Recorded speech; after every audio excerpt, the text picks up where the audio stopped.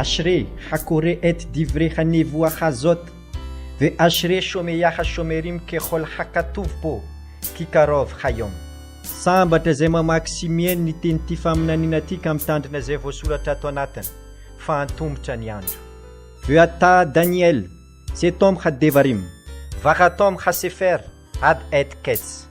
Ary ianao Daniel de haorinao ny teny ka asio tomboka seny taratasy mandra-piavy ny andro farany.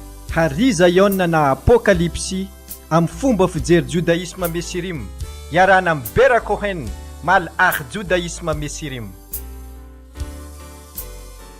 Ampifaliana indray no iara-panatsika rehetra amin'ny alalan'izao fandaharana fanazavana ny boky ny Hariza Iona izao. Shalom Aleichem.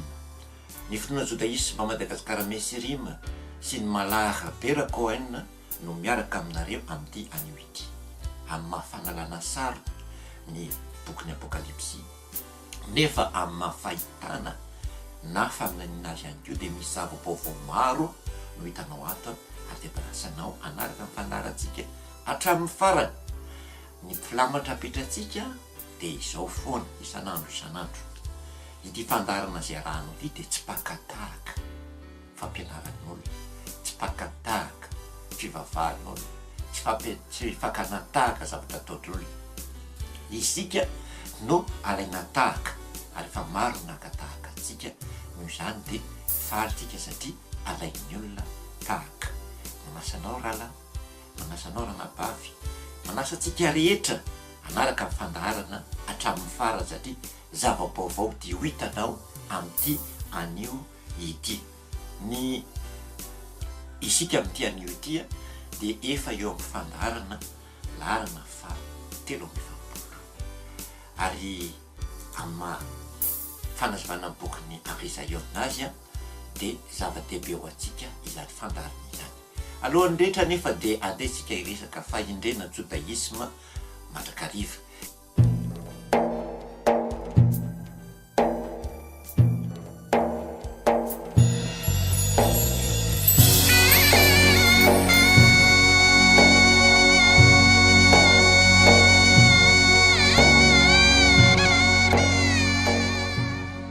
Fahendrena judaisme rahantsika amin'ity anio ity dia efa eo amin'ny fandarana eo amin'ny fahendrena laharana fa 420.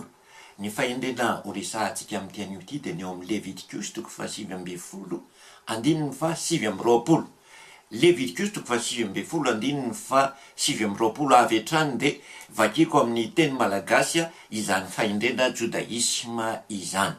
Zao ny dikany mahitsy amin'ny fomba andikan'ny judaisme mesirima azy. Aza lotoina amin'ny fivarotantena ny zanakao vavy mba tsy jangajanga ny tany ka ho feno fahavitavetana. Aza lotoina amin'ny fivarotantena ny zanakao vavy mba tsy jangajanga ny tany ka ho feno fahavitavetana. Manoloana ny fahasarotan'ny fiainana, manoloana ny famafisan'ny fiainana dia mitady vola mora azo ny olona. Ary isan'ny fomba iray ahitana vola mora azo ny fivarotantena. Mampalahelo fa betsaka ray aman-dreny no mampivarotena ny zanany vavy mba azona vola. Maritsika fa tsy ireo izay mijorojoreny tsara lalàna sy ny amory ny arabe mba hiandry kliany no atao hoe mivarotena. Fa amin'izao androtsika zao dia efa misy endrika marobe isehony zany atao hoe fivarotantena izany. Betsaka ny tovovavy no miaraka amin'ny lehilahy mba azahoana vola. Misy amin'ireny tovovavy ireny mbola mpianatra, misy efa mananasa, misy tsy mananasa. Ny antony erahany amin'ny lehilahy dia ny azahoany vola amin'izay fotoana izay na tsy mijorojoreny tsara lana sy ny amorony rabe miala ary izy dia efa mivarotena izany. Misy tovovavy sasany dia tsy mikendry afa-tsy lehilahy manam-bola, na manambady io na tsy manambady. Ao no mikendry ny lehibeny eo amin'ny toeram-piasany, ao no mikendry ny lehilahy manam-bola eny amin'ny fiarahamonina misy azy, ao no mikendry ny lehilahy manam-bola ao amin'ny fiangonana misy azy. Zany hoe tsy hivavaka na tongavany any amin'ilay fiangonana fa hitady lehilahy azahoana vola. Ao no mikendry ireo lehilahy zay sendra azy ka hita amin'ny famanam-bola ily amin'ny toerana rehetra aleny. Efa zava-piseho eo amin'ny fiainana andavanandro zany amin'izao androntsika izao, ka tsy mahagaga sy tsy mahataitra intsony ny mahita ny toy izany fa ohatrohatra ny efa zavatra mandeha amin'ny ara-dalàna aza raha ny fijerin'ny olona. Ny mampalahelo dia misy amin'ireny tovavy ireny no alefan'ny ray aman-dreny mihitsy mba hanao io asa fivarotan-tena io. Misy ray aman-dreny sasany tsy mampiseho vatana tsy mampiseho amin'ny vatana ny fankasitrahany ny fivarotan-tena ataon'ny zanany, nefa makasitraka sy mampirisika ankolaka izany zavatra zany ihany. Ireo ray aman-dreny miafina mody mpivavaka no tena manana izay toetra izay. Ma misy kosa nefa ray aman-dreny sasany tena mampirisika amin'ny vatana mihitsy, ary matetika ilay ray mpianakaviana mihitsy no mitsangana ho mpiambina ilay zanany rehefa mandeha mikarama mivarotena ny zanany. Na dia mody tsy makasitraka ary ray aman-dreny metsara velatsia mody mpivavaka, dia hita ihany ny fankasitrahany sy ny fanampiny ilay zanany rehefa tonga ao an-trano ny vola na ny zavatra entin'ilay zanany. Na ilay ray aman-dreny mihitsy no mampirisika fitakiana na findramam-bola amin'ilay lehilahy ivarotan'ny zanany ny tenany. Tsy mampaninona ilay ray aman-dreny me tsara velatsia amin'ny fotoana io na manambady ilay lehilahy miaraka amin'ny zanany na tsy. Ny vola no zava-dehibe aminy, ny zavatra entin'ilay zazavavy no zava-dehibe aminy, ny vola sy ny zavatra entin'ilay zazavavy ao an-trano ihany no kendreny amin'ny fotoana io. Misy ray aman-dreny sasany mahavatra mivarotra ny zanany vavy tsy ampy-taona mihitsy mba hakana vola aman'olona. Tsy tsorintsika amin'izany paika izany mihitsy ireo mpivavaka, satria dia ireo miseho mafana fo amin'ny fivavahana mihitsy no tena manao zany zavatra mahatsiravina izany. Misy aza moa rehefa avy manao opération fivarotana zanaka amin'ny fiangonana anankiray, dia miala amin'izany fiangonana izany mba hitady fiangonana hafa anaovana opération hafa indray, ary rehefa fanta-daza amin'ny zavatra fanaony dia ny zavatra ataony dia ny manangana fiangonana mba hisarihana olona hivarotana ny zanany indray. Aleo lavitra mahita olona tsy mpivavaka mivarotra-janaka, toy izay mahita olona miseho mafana fo amin'ny fivavahana nefa manaiky ny hanjonono ny zanany vavy na vehivavy zany na lehilahy vadin'olona mba hakana vola. Samy ratsy anefa ireo satria zava-doza ho an'ny tany ny fisian'ny ray aman-dreny mivarotra-janaka. Ozona sy zava-doza ho an'ny tany, ho an'ny firenena, ho an'ny fiarahamonina ny fisian'ny ray aman-dreny mivarotra-janaka. Ny fahendrena jodaisma eto dia milaza fa rehefa ny ray aman-dreny no mivarotra-janaka, mandefa ny zanany hiaraka amin'ny lehilahy mba hakana vola na zavatra, indrindra fa ny mpivavaka, indrindra fa jodaista, dia miditra eo amin'ny tany ny ozona. Rehefa ny ray aman-dreny no mivaro-janaka dia mitondra ny tany na ny firenena ho any amin'ny fijangajangana izany, ary rehefa izany dia tsy mijanona eo amin'ilay fianakaviana mpivarotena intsony ny ozona fa mitatra makany amin'ny firenena ray manontolo mihitsy. Ny fehezanteny farany amin'ity fahendrena jodaisma ty, raha ny vakina amin'ny teny hebreo dia nanao hoe omalaharet zima, zay midika hoe ny tany ho feno fahavitavetany. Nefa le teny hebreo hoe zima dia midika ihany ko hoe fahasiahana. Noho izany io teny io dia azo adika hoe ary ny tany ho feno fahatezerana na ny tany ho feno fahasiahana. Araka ny fahendrena jodaisma, ny ray aman-dreny mandefa ny zanany vavy hiaraka aman'olona no ny antony ara-bola dia mampiditra ozona ho an'ny tany sy ny firenena, mampiditra ny fahatezerany Elohim eo amin'ny firenena reny ray aman-dreny reny, mampiditra ozona ho an'ny tany ny ray aman-dreny manao toy izany. Ny fahendrena jodaisma dia mampiseho fa rehefa manambady ny ankizy dia miala ao an-tranony ray aman-dreniny izy ary manorina fiainana vaovao any amin'ny tokantranony. Ny zazavavy alefany ray aman-dreniny hivarotena kosa de tehiriziny ao aminy na de efa mananjanaka tamin'ny fijagajagana nataony aza zava-doza ray zany no mitranga. Ny alalàna fa ny ray aman-dreny jodaista mba mpivary tena ny zanany vavy de ny fandrajanona n'ilay zanany vavy tsy hivavaka itsony mba ho tsy ho tratrany fitsipika ilay zanany vavy. Raha tokony ho izy mantsy, raha tsy makasitraka ilay fivarotantena ilay ray aman-dreny de ny fandefasana le tovovavy any amin'ilay lehilahy miaraka aminy tokony atao.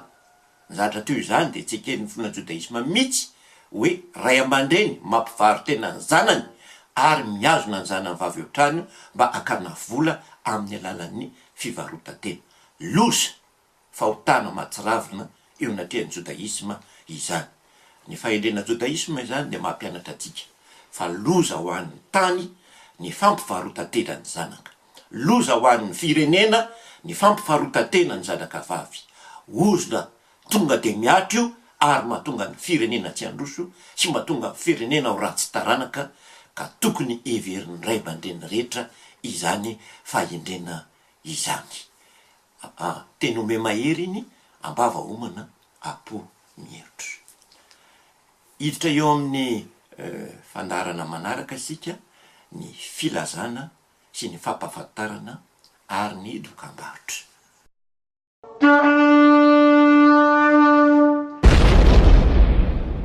Ashre hakore et divre hanevoa hazot ve ashre shomeyaha shomerim kehol hakatov po kikarov hayom. Sambatra izay mamaky simieny ny teny ty faminaniana ty ka mitandrina izay voasoratra ato anatiny fa antombotra ny andro. Ve ata Daniel setom hadevarim vakatom hasefer ad et kets. Ary ianao Daniel de haorinao ny teny ka asio tomboka seny taratasy mandra-piavy ny andro farany. Hariza iona na apokalipsy amin'ny fomba fijery jodaisma mesirim iarana amin'ny Bera Kohen mal judaisma mesirim. Averina ampahafantarina atsika fa efa nakatona tanteraka le fisoratana anarana atao amin'ilay klasy vaovao vao nisokatra iny. Ilazana nefa isika izay mbola maniry hiditra fa hisokatra ho anareo indray ny klasy vaovao afaka ray volana eo eo. Arao tsara mifandarantsika eto fa eto no ampahafantarina anareo ny toerana ionatsika sy anoratanareo anarana mba azonareo miditra amin'io klasy vaovao vao hisokatra io. Ho fanomezana fahafahapoa ho anareo zay tsy tafiditra tamin'ilay klasy teo aloha no anton'izany. Misaotra indrindra. Ny fomba fifandraisantsika 033 04 134 18 raha taratasy kosa soratanao boîte postale 1492 Antananarivo raiky amby zato ary ny taratasy elektronika kosa de ny judaisme mesirim @gmail.com. Filazana manaraka. Ampahafantarina ianao zay manaraka ny fandaharana arizaionina fa mifampiankina avokoa ny fandaharatsika. Mifampiankina daholo hatrany amin'ny voalohany ka hatrany farany. Noho izany, raha izao anao vao manaraka ty fandaharana ity, na tsy nahita hatramin'ny voalohany ianao de ilainao ny mahita ny fandaharana tany aloha. Ka raha tsy naharaka ianao de fa misy DVD azonao fidina ahitana ireo fandaharana tany aloha rehetra ireo. Noho izany manorata aty aminay raha te ahazo ianao mba azonao mividy izany 033 04 134 18 raha telefona no anoratanao aty aminay. Raha taratasy kosa de ny boîte postale 1492 Antananarivo raiky amby zato ary raha taratasy elektronika kosa de ny judaisme mesirim @gmail.com no anoratanao aty aminay. Raha ohatra kosa ianao fa zatra amin'ny internet ihany de ao amin'ny YouTube de misy any fandarana apocalypse io amin'ny anarana hoe les secrets du livre de l'apocalypse. Zay ny anaran'ilay izy anokafanao azy eo amin'ny YouTube. Na azonao atao ihany koa ny manoratra fotsiny hoe Cohen Ber COHEN Ber de ho hitanao ireo fandaranareo ao amin'ny YouTube. Filazana manaraka. Mbola mbola misy ireo boky roa nosoratany Coimbra izay tsara ho fantatrao. Voalohany, taratasy nosoratany Coimbra ho an'ny général Faralazan, ary ny faharoa, epistily ho an'ny Hébreu.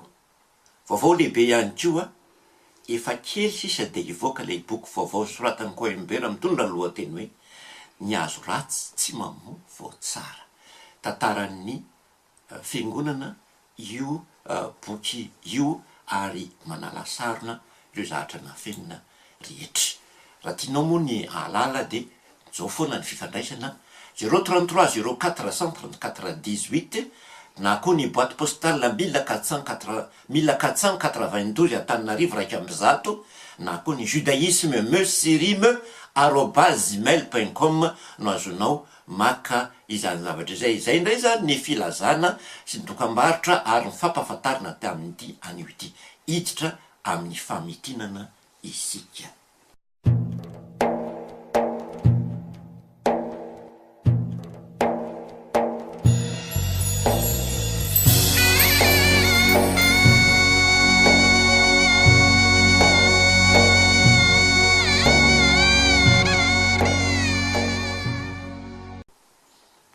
Tonga eo amin'ny famitinantsika, ny famitinana ny fandaharana izay niresahantsika teo amin'ny laharana faha 12 no arahantsika amin'izao fotoana izao.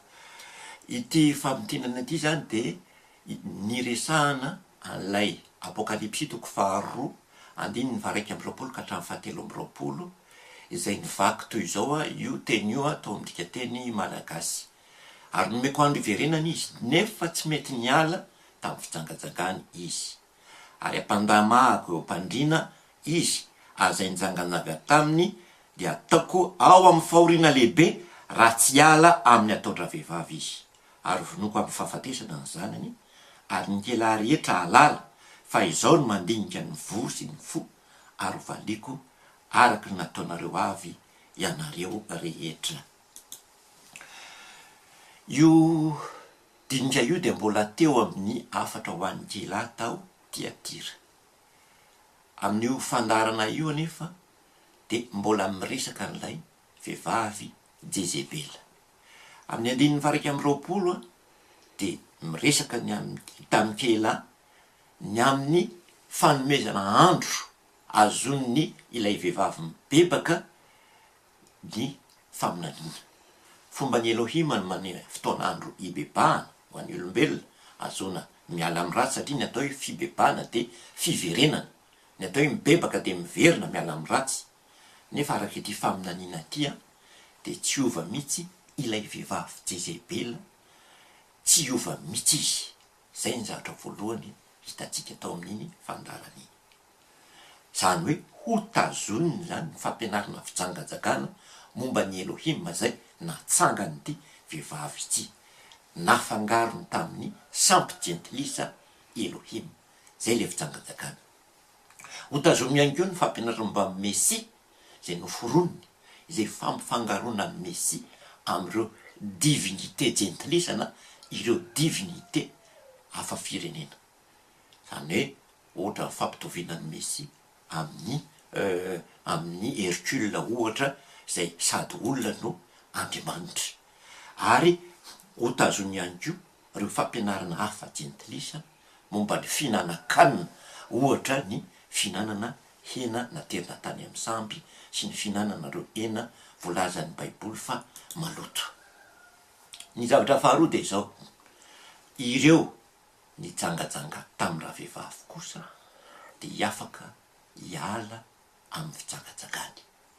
Amin'ny 2:20 amin'io dinika nataontsika io dia misy teny ohatran'izao hoe indro ampandamahako eo ampandriana izy, ary izay mijangajanga aminy dia ataoko ao amin'ny fahoriana lehibe raha tsy hiala amin'ny raha vehivavy.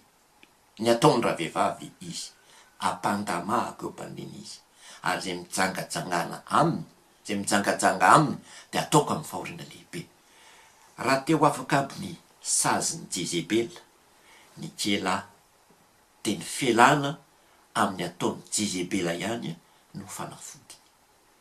Felana amin'ny fampianarana fijangajangana ataony Jezebela ihany no fanafodiny. Fialana am'ireo zavatra natsangany Jezebela ihany no fanafodiny. Fialana fijangajangana sy ny fihinanana hena naterina amin'ny sampy. Iza nijangajanga tamin'ny ravehivavy na nijangajanga tamin'ny Jezebela, araka ny ary Isaiona 7:20, andininy voalohany sy ny andininy faharoa de zao no hitantsika tao. Ary tonga le anjely anankiray tamin'izy 7 zay nanana lova izy 7 de niteny tamiko nanao hoe avy aty de asioko anao lay ny fitsarana ilay vehivavy janga lehibe zay mipetraka eo amboniny rano maro, de ilay nijangajangany mpanjaka tany sady natao leo ny divay ny fijangajangany ny mponina amin'ny tany. Natao leo ny fijangajangany ny mponina amin'ny tany. Mazava io faminaniana io. Ireo mpanjaka tany no tena nijangajangany ity vehivavy ity. Ireo mpanjakany tany no tena mijangajanga amin'ity vehivavy ity. Ireo mpitondra firenena zany, ireo mpanjaka saika manerana izao tontolo zao zany de mijangajanga amin'ity vehivavy fiangonana natsanga ny fanjakana Romanina Gentilisa ity avokoa. Ary tsy mahagaga zany fa zay le zava-misy. Ary hitatsika tamin'ny fanariny ihany koa le hoe niendrika nisehon'ilay fijangajangana ary mbola endrika isehon'ilay fijangajangana hatramin'izao androtsika zao de ny fisotroana divay ny fijangajangana. Zany hoe rehefa mihinana le divay ny fijangajangana ny olona, rehefa misotro le divay ny fijangajangana ny olona de tafiditra amin'ilay fijangajangana. Ny vahoaka kosa no ampisotroana, ny mponiny tany kosa no ampisotroana ny divay ny fijangajangana. Io no mahasarotra ny mandinika ilay fitaovam-pivavahana misy fisotroana divay ataon'ny antoko-pivavahana, satria ao amin'ny baiboly de ny fandraisana fanasan'ny tompo na ny paska na ny communion reriana no fomba mpivavahana misy fisotroana divay. Io ihany no fitaovam-pivavahana misy fisotroana divay, ary avy amin'ny testamenta vaovao no nazahoana azy io. Io no amin'ny fitaovam-pivavahana fampisotroana divay ny mponiny tany. Tsy misy fitaovam-pivavahana hafa fampisotroana ranom-boaloboka ny vahoaka afa-tsy io ihany. Tsy manana safidy zany sika ilazana hoe soderi na soderi le fampisotroana divay fijangajangana, satria tsy misy afa-tsy tokana ny fitaovam-pivavahana fampisotroana divay. Noho zany de tsy manana zavatra hafa ho todrona sika. Amin'ny alalan'io fitaovam-pivavahana io ny mponiny tany de misotro divay ara-pivavahana avokoa, zay sady fisotroana divay no fisotroana ra izany fisotroana izany divay zany. Zao ny voalaza ao amin'ny Matthieu 5:20, andininy fahavalo tao ambe 20 ka hatramin'ny 27:20. Ary nandraika apoka izy, ko nefa nisaotra de natoriny azy, ka nataony hoe sotroinareo rehetra ity, fa ity no rako, de ny amin'ny fanekena zay alatsaka ho an'ny maro ho famelan-keloko. Ary lazaiko aminareo fa hatramin'izao de tsy mba hisotro itony vokatry ny voaloboka itony intsony aho, mandra-piavy ny andro iarahako misotro zay vaovao aminareo any amin'ny fanjakan'ny raiko. Mazava tsara io ny filazantsara. Ny tao anatin'ny kapoka de ranom-baloboka, zany hoe divay. Ny fomba fampisotroana divay amin'ny finoana ny olona de ny fandraisana fanasan'ny tompo, na ny fihinanana paska na communion zay araky ny filazantsara ankehitriny mampisy an'izay fotoana zay. Ny fitandremana paska araky ny Torah kosa na araky ny lalàna de tsy misy fisotroana divay, fa io paska araky ny filazantsara io ihany no mampisotro divay. Tsy misy fomba mpivavahana hafa isotroan'ny mponiny tany divay afa-tsy io ihany. Noho zany de io ihany mahatanteraka amin'ny faminaniana voalazan'ny Isaiona 7:20, andininy voalohany sy faharoa manao hoe sady natao leo ny divay ny fijangajangany ny mponiny tany. Ho an'ny Jodaisma de fahotana fijangajangana ny oetiny sotroana divay amin'ny fitaovam-pivavahana io, satria tsy azo hoanina na sotroana ny ra zay divay mivadika ao ra. Levitikos 7:20 andininy fa 10:12, ary na iza amin'ny taranaka Israely na amin'ny vahiny eo aminy no aminareo no misotro divay na mihinan-dra, ny tavako no anandrona ny olona zay mihinan-dra, ka ho fongorana teo amin'ny fireneny izy. Koa izany no ilazako tamin'ny zanak'Israely hoe aza misy mihinan-dra na ianareo na ny vahiny zay eo aminareo. Ny zany zany de fampisotroana raha ilay fisotroana divay eo amin'ny fotoam-pivavahana io. Anjaratsika ny mieritreritra, anjaratsika ny mandinika fa izay ny famitinana n'ilay fandaharana izay narahantsika tamin'ny laharana 220 iny. Mbola isotro divay ve ianao amin'ny fotoam-pivavahana arahanao? Alaiva tsara tsaina am'izay hoe izakay no fotoam-pivavahana hafa mampisotro divay, ka azo eritreretinao hoe mampisotro divay ny tany, ka fijagajagana izany fisotroana divay izany. Zany hoe misy fampifangaroana Elohim amin'ny zavatra hafa izany fisotroana divay izany. De ny fieritrereto ankeny ary makasaina tsara de mandiny lala de ho hitanao ny valin'izay. Hiditra amin'ny fandaharana amin'ity anio ity isika.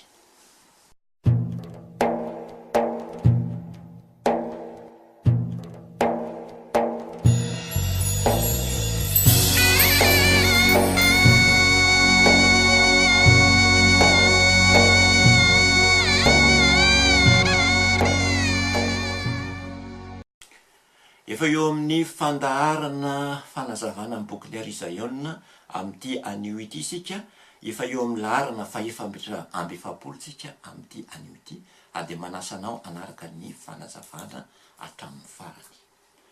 Somary anampy fanazavana kely momba ny hafatra ho an'ny Tiatira ity isika, satria misy zava-dehibe tsy azo ialana ato amin'ity fandaharana ity Tiatira ity, zay tokony ho fantatry ny olona rehetra. Noho izany zany somary lava kely noho ny kely hafa ny fanazavantsika an'ity Tiatira ity, satria mitondra makany amin'ny fahaverezana ny tsy fahalalana ireo tsy ambaratelo ny nina sombaina ireny, ka de ho ampahafantaritsika izany tsy ambaratelo izany. Ny fandaharatsika amin'ity anio ity de mitondra fanazavana ny ao amin'ny Arizaïona toko 2 andininy 220 sy ny andininy 520. Arizaïona toko 2 andininy 420 sy ny andininy 520. Mbola misy toyany izy io fa alaitsika tsy kelikely izany toyany izany. Zao no vaky ny teny ary.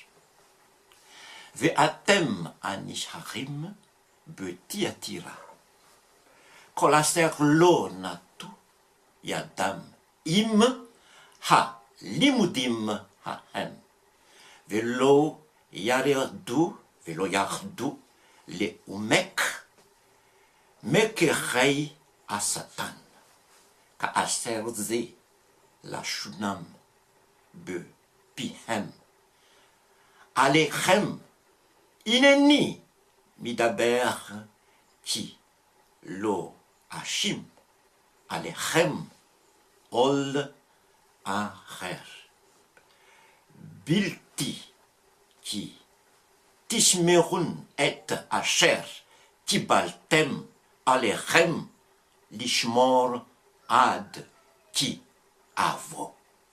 Raha adikatsika zay teny zay de hoe fa aminareo zay sisa any Tiatira de zay tsy manana izany fampianarana izany, sady tsy mba mahalala ny ataon'ireo hoe saindaly satana, de zao no lazaiko tsy ho vesarako entana hafa ianareo, ka nefa izay anananareo de tany mafy mandra-piavoko.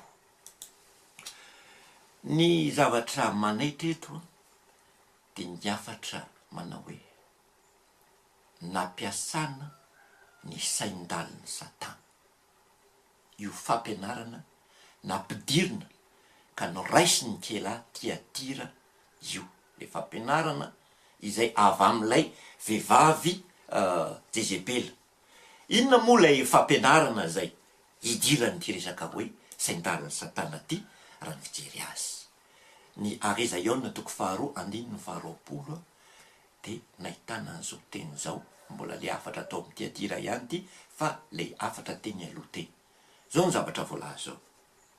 Evestavar li eleha ki oshavta imra et Ezevel haisha hangomeret ki nevi ahi lalmed et avde zay ve ou la shliha ou le fafotam lishnot le herol misberay elilim. Zany hoe raha tikatsika zay teny zay de hoe tsy misy zavatra avy amiko ho anao satria monina eo aminao ilay vehivavy Jezebel ilay milaza ny tena no mpamina ny vavy ka mampianatra sady mamitaka ny mpanompoko hijankajanka sy inana enana terina tamin'ny sampy. Io lay fampianarana io, le fampianarana zay lazain'ny Esoa fa saindalin'ny Satana dia ilay fijangajangana. Ilay fampianarana lazain'ny Esoa fa saindalin'ny Satana de ny fampinanana enana terina tamin'ny sampy. Am'izao andro zao de tsy ny enana terina amin'ny sampy irery intsony no man'ny olona ary tsy mampanina ny olona mihinana azy avy fampianaran'ny Paoly fa hatramin'ny enina rehetra izay lazain'ny Baiboly fa maloto, biby maloto de efa azo hoanina daholo. Ny enao mitandrina indray no mahazo loza ary enao mitandrina didy indray no lazaina fa zanaky Satana. Zay le antsoina hoe saindalin'ny Satana. Eo ihany zay fa le fijangajakana lehibe omeny ty vehivavy Jezebela ity zao, io no tena ahitana lalina an'le atao hoe saindalin'ny Satana. Misy olona ny rehefa nilazany fa io fisotroana divay io amin'ny fitaoam-pivavahana io ka fampisotroana divay ny fijangajakan'ilay vehivavy Jezebela de tezitra izy ary romotra mihitsy izy mainao ny zava-binaro zany.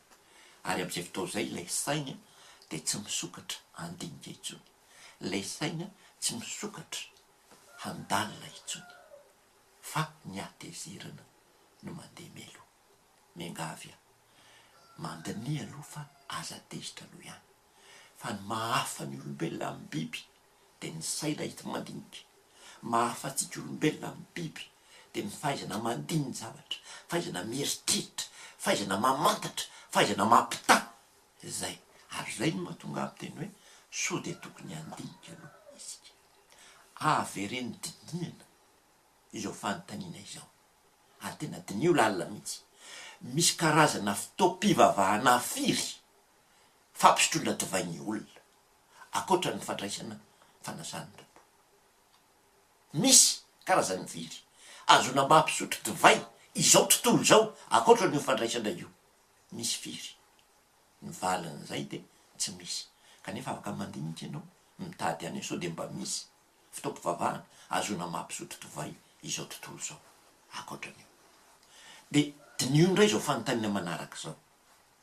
Dinio indray zao, avy aiza io fitaoam-pivavahana fisotroana divay na ranom-boaloboka io? Avy aiza izy io? Taiza ny neviny io? Ny valin'izay de zao, tao amin'ny testamenta vaovao. Ny testamenta vaovao, ireo filazantsara no mitondra an'io fampisotroana divay io. De valio indray zao fanontaniana izao. Io testamenta vaovao ananantsika ankehitriny io. Io testamenta vaovao ananantsika ankehitriny io. Mbola lay tena nysoratan'ny mpianatra avy eo sa zavatra hafa nysoratana ty teoriana.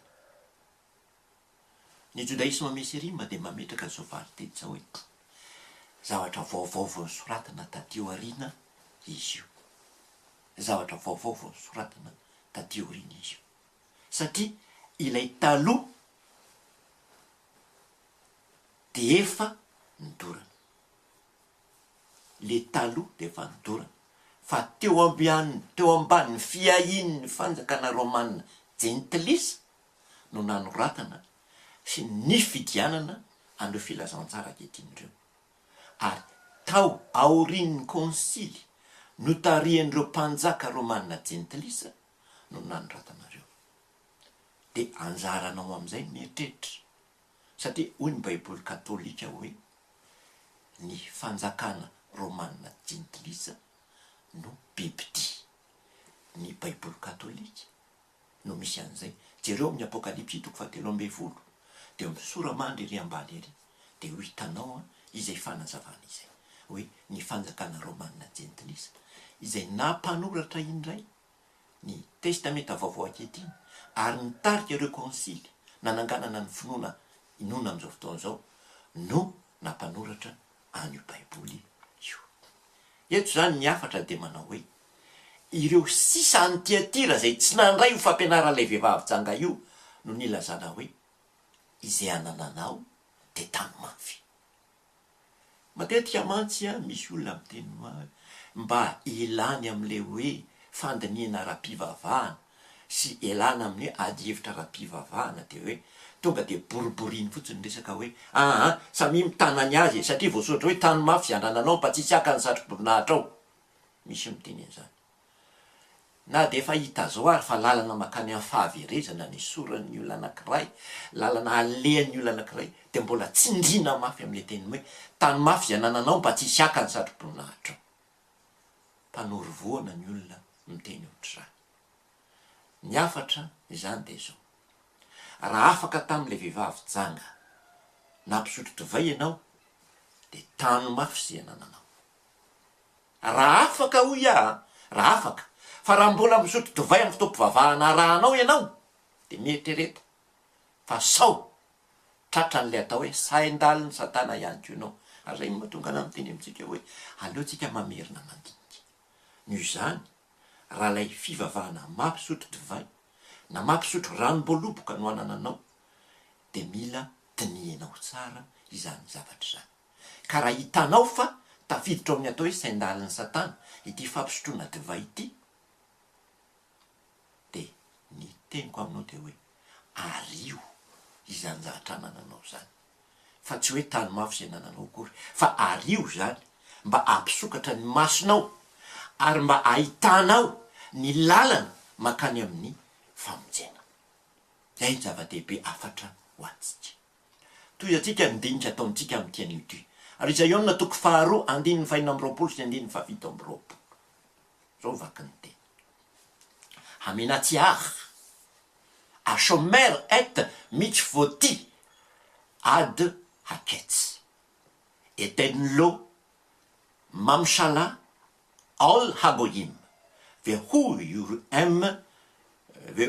Yeroem beshevet barzel verichli yotser inaftem ka asher diberli avi gam ani. Raha adikatsika io teny io de zao no azo andikana azy. Haminatsiach zay maresy ka mitary lany ditiko hatramin'ny farany de omeko fahefana amin'ny jentilesa. Ary andry azy amin'ny temby izy ka anoritoro azy toy ny fanoritoro vilany tany. De araka zay loasaina raiko tamiko miaraka amiko. Le teny Hébreo natikako mahitsy amin'izay vaky teny nataoko izay. Ina moa ny atao hoe fandresena eto amin'ny diafatra ho ankela any Tiatira ity. Satria miteny izy haminatsiach na hoe zay mandresy na ary mpandresy. Fandresena eto de ny fahafahana amin'ilay sain-daliny satana, fahafahana amin'ny fitaky satana.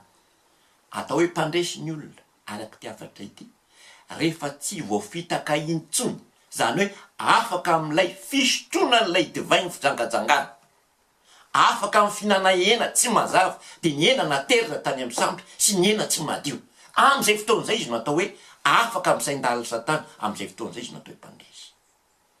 Hafahafa ty afatra ity satria mifanohatra amin'ny finoana atao hoe fanikina vaovao ity afatra ity.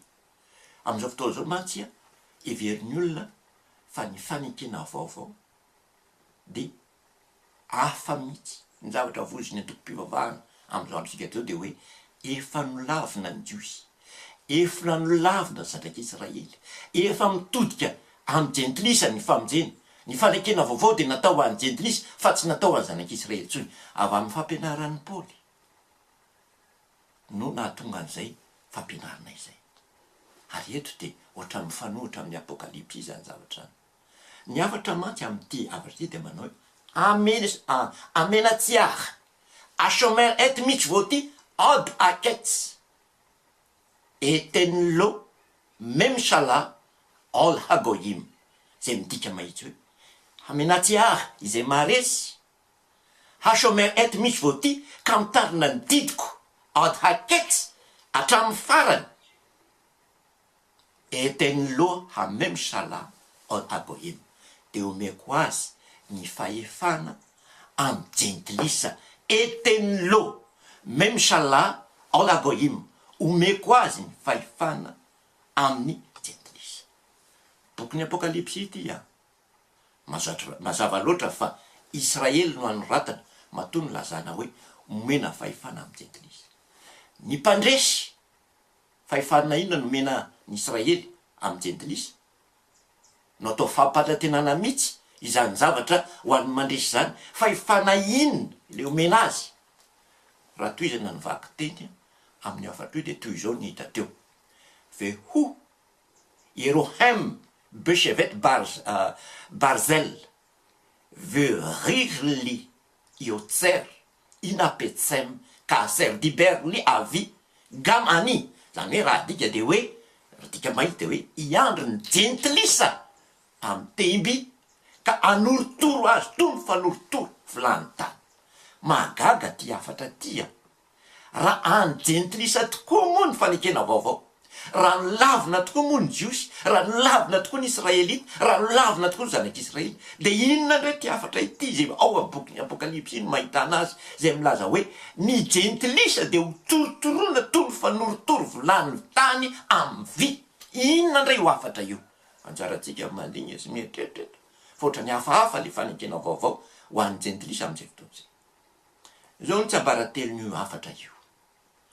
Ilay vehivavy Jezebel rehefa nanangana atoko-pivavahana na mpijangajangana ny olona de fivavahana jentilisa no natsangany. Io fivavahana fijangajangana io de hitatsika fa mampisotro divainy fijangajangana ny olona rehetra. Ny olona mifikitra tamin'ny Elohim ka tsy tratra ny sain-daliny Satana mampijangajanga io kosa de tsy maintsy mandrava an'io rafitra natsangany Satana io. Mety hoe am'izao andro zao zany nefa mety ho am'izao andro ihany ko no anatanterahana zany. Fa ny zava-dehibe mety anatanterahana zany de amin'ny fitsarana farany. Saingy maritsika fotsiny de zao ny mpandresy de zay tsy misotro ny divainy fijangajangana lay vehivavy Jezebel, na ireo zay niala tamin'ny fisotroana ny divainy fijangajangana Jezebel de anana fahefana amotika ny Jezebel zay le tsy ambaratelo sy ny rafitra natsangany amin'ny temby any amin'ny farany araky ty faminanina ity. Io afatra io zany de mitoy toy izao: kaser diberli avi, ka aser diberli avi, zay midika hoe araky zay nolazainy raiko tamiko. Yesoa no miteny amin'io le mitondra afaka. Kaser diberli avi, araky zay nolazainy rena ny rainy Yesoa taminy. De nitoy zany hoe gamani, zay midika hoe azao ihany ko. Raha tambatra zany zay teny zay de zao no nolazainy hoe araky zay nolazainy raiko tamiko azao ihany ko. Fipetraka faminina zany de toy izao: ny mpandresy de iaraka amin'ny Mesia izay nanome ty afatra ity araky nolazainy ray tamin'ny Yesoa. Ary ny Mesia sy ny mpandresy zany no iaraka amin'ny feny jentilisa amin'ny temby ary anoritoro ny jentilisa tahaka ny fanoritoro ta vilany tany amin'ny temby. Zay no mahatonga antsika mametraka fanontaniana hoe inona marina moa ty fanekena vaovao natao ho an'ny jentilisa izay voizina am'izao androtsika zao ty, ary inona marina moa fanekena vaovao izay manilika ny zanak'Israely io ny ho torotorona amin'ny tempiany e. Ka zay mandray io fanekena io sy milaza hoe tsy izy tsony anareo jiosy. Na zany aza de tsara ho fantatry ny rehetra ihany zao zavatra manaraka izao. Ny atao hoe zanak'Israely de tsy izay taranaky Jakoba irery ihany intsony. Ny zanak'Israely de ny fitambaran'ny taranaky Jakoba mino ny fanekena vaovao, tsy ilay inona am'izao fotoana zao fa ilay inona araka ny nanambaran'ny testamenta taloha azy sy ampiana ireo jentilisa mino ka miditra ho isany zanak'Israely ao amin'ny Keila zanak'Israely, ao amin'ny Keila ihany anefa fa tsy mamorona tokom-pinoana hafa izy hoe izay mino ka de manomorona tokom-pinoana vaovao. Amin'izay fotoan'izay izy efa hafa indray raha manorona zavatra hafa fa ny Keila tokony mitambatra foana. Ary izay eo na toko faharoa andiny fa valo amby roapolo sy ny andiny ny fahasivy amby roapolo. Ary izay eo na toko faharoa andiny fa valo amby roapolo sy andiny ny fahasivy amby roapolo. Zao vaky ny teny venata tiloet hochav asaar mi asher iznaim lo yakshiv et asher haruach magid la kehilot. Adikatsika ny teny aloha alohany anazavantsika azy zao no fandikatsika azy. Andiny fa valo amby roapolo ihany aloha no andikatsika le andiny fa valo amby roapolo teo nanao hoe venata tiloet ahohav asatan. Ny dikany de hoe ary omeko azy ny kitana fitarikandro. Omeko azy ny kitana fitarikandro. Misy fahalery amin'ny teny io nefa tsy azo ny heviny. Ny fanontaniana mipetraka teny hoe iza mo io kitana fitarikandro izay ilaina ho azo eo amin'ny fahefana omenany zanak'Israely na ny jodaisma mpandresy io. Ilaina ho azo omeko azy ny kitana fitarikandro. Mba amalina zay fanontaniana zay de andefa kinjika ty Isaia toko 7 andiny fa 12 ka hatramin'ny 15 ty. Isaia toko 7 andiny fa 12 ka hatramin'ny 15. Zao vaky ny teny. Endre latsakafo tany an-danitra ianao, ilay fitarikandro, zanaky ny maraina. Vokapa enjera amin'ny tany ianao, ilay mpandripaka firenena. Ary ianao dia efa nanao kapo hoe any an-danitra ny akarako, ary ny ambony kitany Elohim manao nanoratako ny seza fiandrianako. De ipetraka eo an-tendrombohitra fivoriananay pariny avaratra, hiakatra ho any ambony avona ny rahona kao tahaka ny avidindra. Kanjo ampidinina hatrany amin'ny fiaina tsy hita ianao, ho any aparavody lavaka ianao. Mazava io teny io. I Satana no atao hoe kitana fitarikandro. Ary ko afatra ho an'ny Keila jodaisme mesrim tao tiatira io de omena ny mpandresy ao amin'io Keila io Satana. Ataony inona mo Satana? Mitovy amin'le resaka jentilisa teo ihany. Manam-pahefana hamotika ny jentilisa izy ary manam-pahefana hamotika ny Satana ihany koa ireo mpandresy ao amin'ny Elohim ireo. Mampalahelo ny mahita olona manao délivrance amin'izao andro.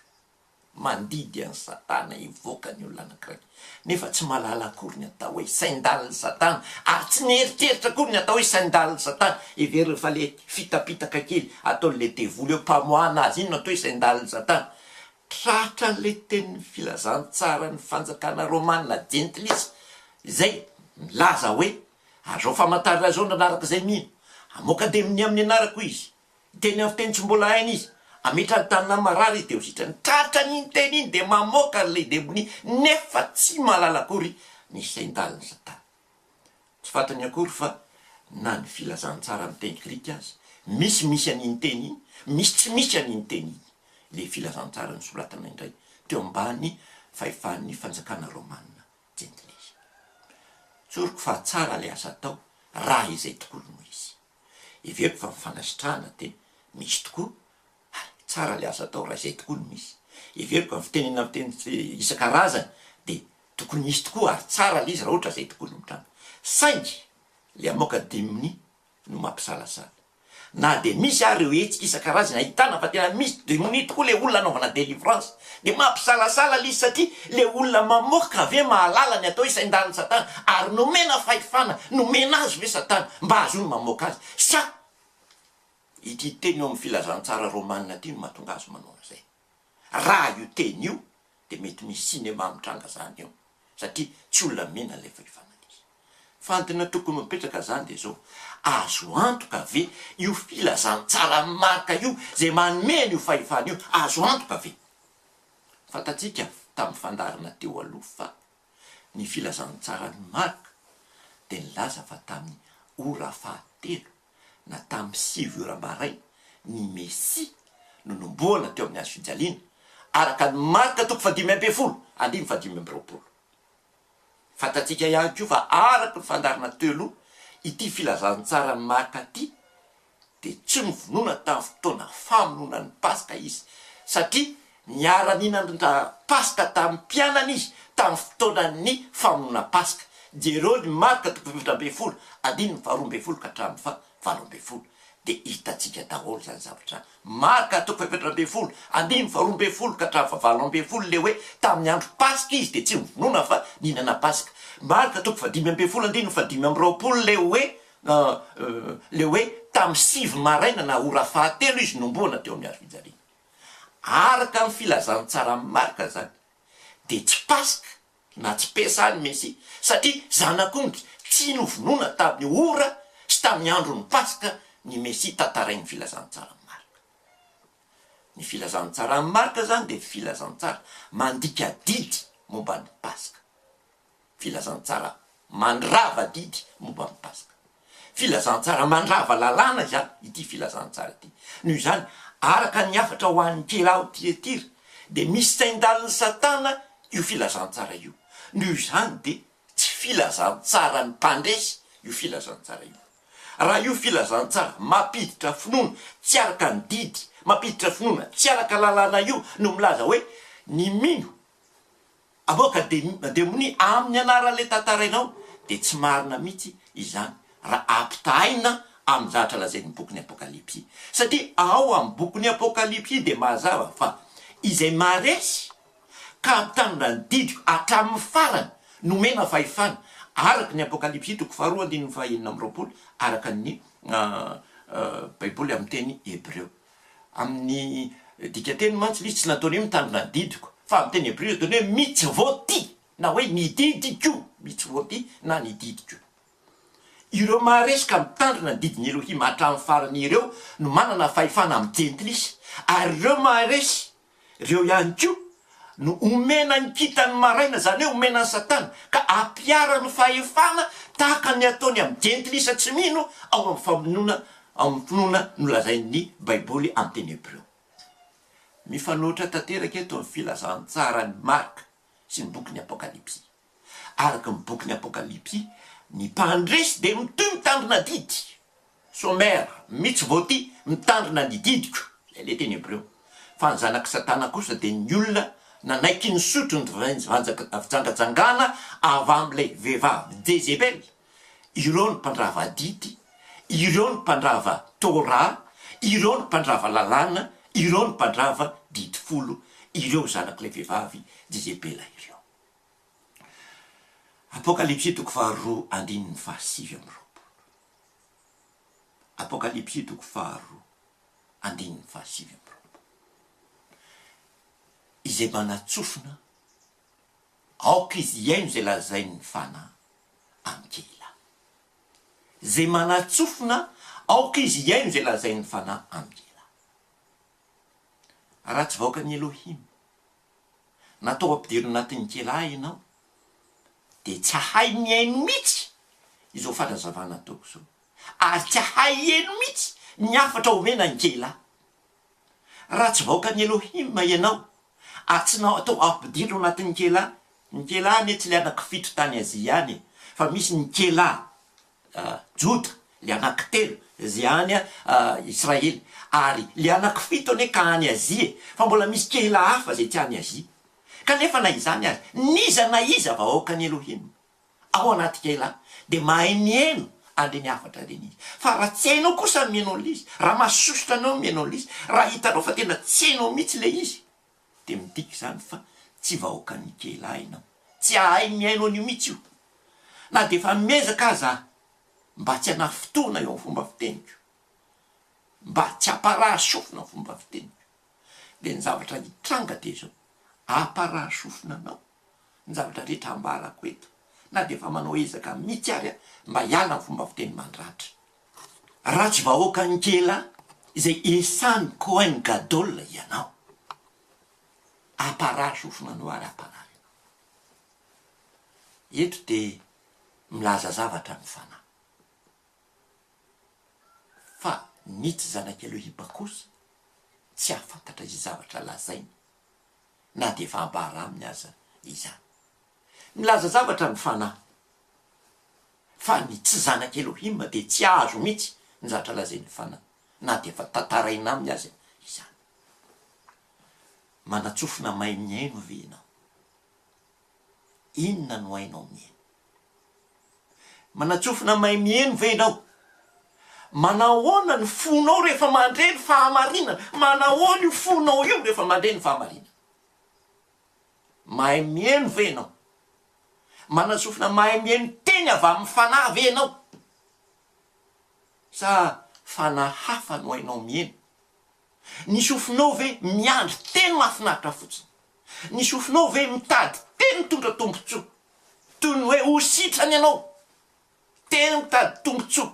Zany ve tadiaviny ny sofinao? Toy ny hoe ho afaka ny olanao rehetra, ho afaka ny olanao ara-bola, olanao ara-tokantrano, ivoaka ny devolinao. Teny fampanantenana mahafinaritra ohatran'izany ve no hainy sofinao miaino? Sa le afatra ny mena kela hainy sofinao miaino sa tsy hainy sofinao miaino? Zaka ny fonao ve? Eny ny sofinao ve zazatra zany? Sa rehefa mahaino an'zazatra zany ianao de tezitra? Tika olombelona ao mena fahendrena andinika. Noho izany mampirisika anareo. Maiza mandinika, maiza mieritreritra. Nijoroko teto fa ny délivrance avy amin'ny finoana ny filazantsara marika, raha izay no arahanao, de délivrance fandikana didy izany. Satria ny filazantsara marika de filazantsara nosoratana tao aorianany nandora ny fanjakana Romanina, lay tena filazantsara voalohany, ary nosoratana tao ambanin'ny fahefan'ny fanjakana Romanina Gentilisa, tao aorianany nanaovan'ny fanjakana Romanina Gentilisa ireo konsily izay natomboka natao tamin'ny taona 523 izay teo ambanin'ny fahefan'ny empereur Constantin nanaovana an'io konsily voalohany io, ary de nitohitoy zany. Raha délivrance araka io filazantsara nosoratana tao aorianany konsily io no délivrance nananao, mila mandinika ary mila mieritreritra. Araka ny boky Apokalipsy mantsy, araka ny boky ny Arizaïona mantsy, de ireo mpandresy de mitoy mitandrina didy, ireo ihany nomena fahefana amin'ny Gentilisa, ary ireo ihany nomena fahefana amin'ny Satana. Zaka ny sofinao ve zany filazana zany? Zaka ny sofinao zany. Tsy mampaninona fonao ve zany filazana zany? Enaro ny manamboatra fo, enaro ny miaina, enaro asatsina ninino anatin'ny sainao de mandiny, satria zay maha-olombelona ty natao andinika. Ny kela de tsy izay mandrava ny Israely, fa ny kela de zay ao amin'ny Israely. Gentilisa ianao tsy maninona zany, natao vonjeny ianao, fa aza manangana toko-pivavahana fotsiny, fa fahotana ny fangalana toko-pivavahana, fa midira ao amin'le kela Israely de ho hitanao ny famonjena zay amonjenanao. Ho fantatrao le izy, ary ho lasa ao anatin'le Israely ianao amin'izay fotoana zay. Ny manam-pahefana apiditra anao ao de ireo mpitondra fivavahana ao amin'ny kela Israely. Ambava amina ampomeritreritra satria teny hoe mahery zany. Zay manatsofina aoka izy eny izay lazainy ny fanahy ankela. De mametraka ny velo mahafinaritra ao antsika rehetra indray le hitravata amin'ny fotoana manaraka.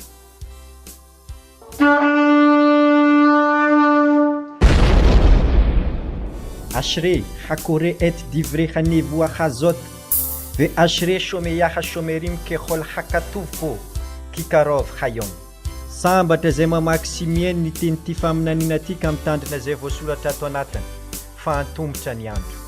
Ve ata Daniel setom hadevarim vakatom hasefer ad et kets. Ary ianao Daniel de haorinao ny teny ka asio tomboka seny taratasy mandra-piavy ny andro farany. Hariza iona na Apokalipsy amin'ny fomba fijery judaisme mesirim iarana amin'ny Bera Cohen mal judaisme mesirim.